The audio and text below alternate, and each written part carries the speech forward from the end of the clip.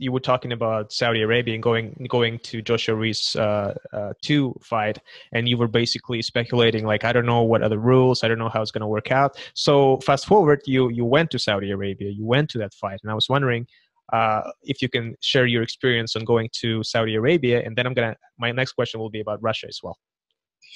Saudi Arabia was such a magical thing to experience. Would I have ever thought in a million years that I would be going to Saudi Arabia? No. Because back when I was young, even just up until, a year ago, they weren't even accepting visitor visas or tourist visas. Mm-hmm. So you're talking about a country that was almost forbidden to enter into unless you were invited in.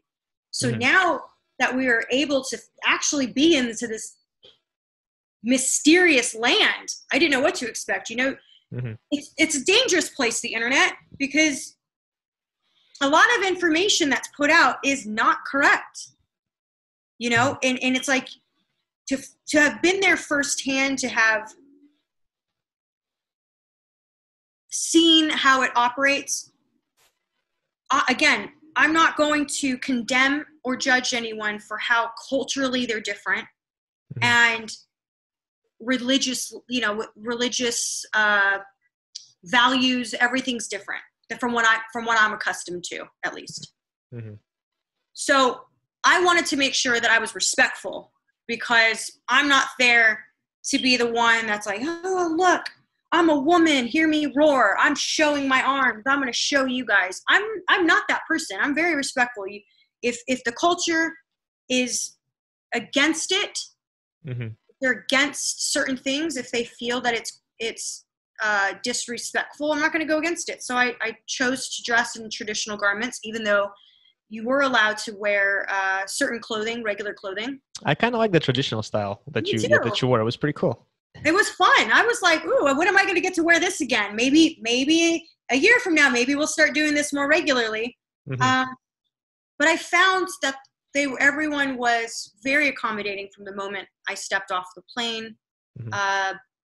People had a warm spirit about them. Mm-hmm. Nothing. I can honestly say, I'm just going to be blunt about it. I can honestly say I expected there to be more judgment. I expected there to be more resistance towards foreigners, towards women, because that's all I read about. Right. Now, I'm not saying that's not what's happening in that country. I by no means am saying that. I'm saying from my personal experience, I never encountered anything negative. The only thing that I found odd, because I'm not used to this, is when you go into a restaurant, there's a cashier women pay and a cashier men pay. So I've never experienced segregation ever in my life. So that was interesting. And then when you go into a restaurant, some of them were all male. One restaurant made the exception for me, because I was American, and it's basically, this is all new to them. They're not used to it as much as I'm not used to it. So we're all sort of just experiencing something new, right? So when I walked into the restaurant, he said, if I can please sit you to the side. Of course. We got sat, I was with two guys, got sat off to the side, and everyone was staring like, there's a woman in here. Because I'm sure that women obviously don't eat at that restaurant who are locals. So, but never did I experience anyone being rude to my face.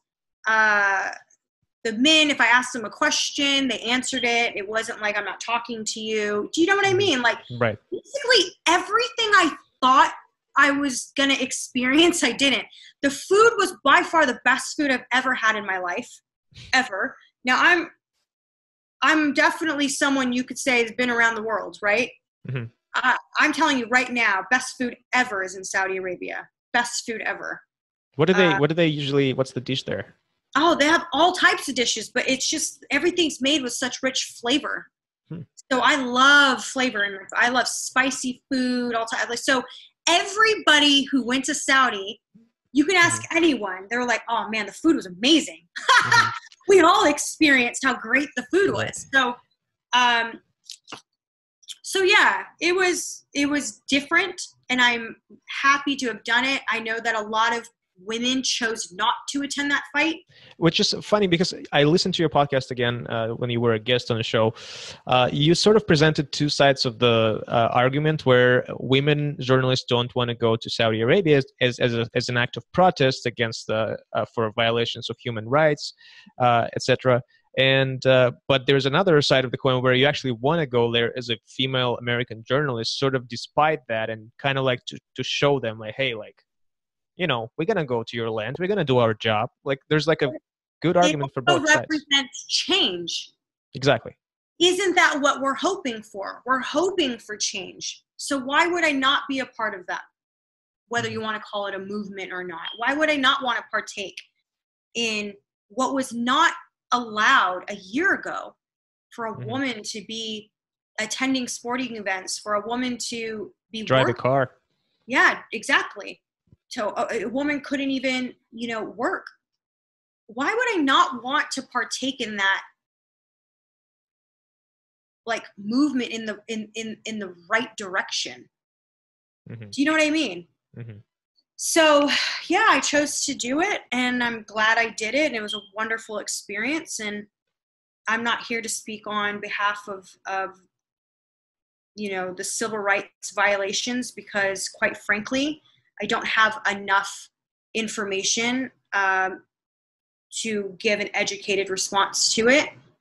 But I'm happy to see that there is development in the right direction to allow women to start doing more.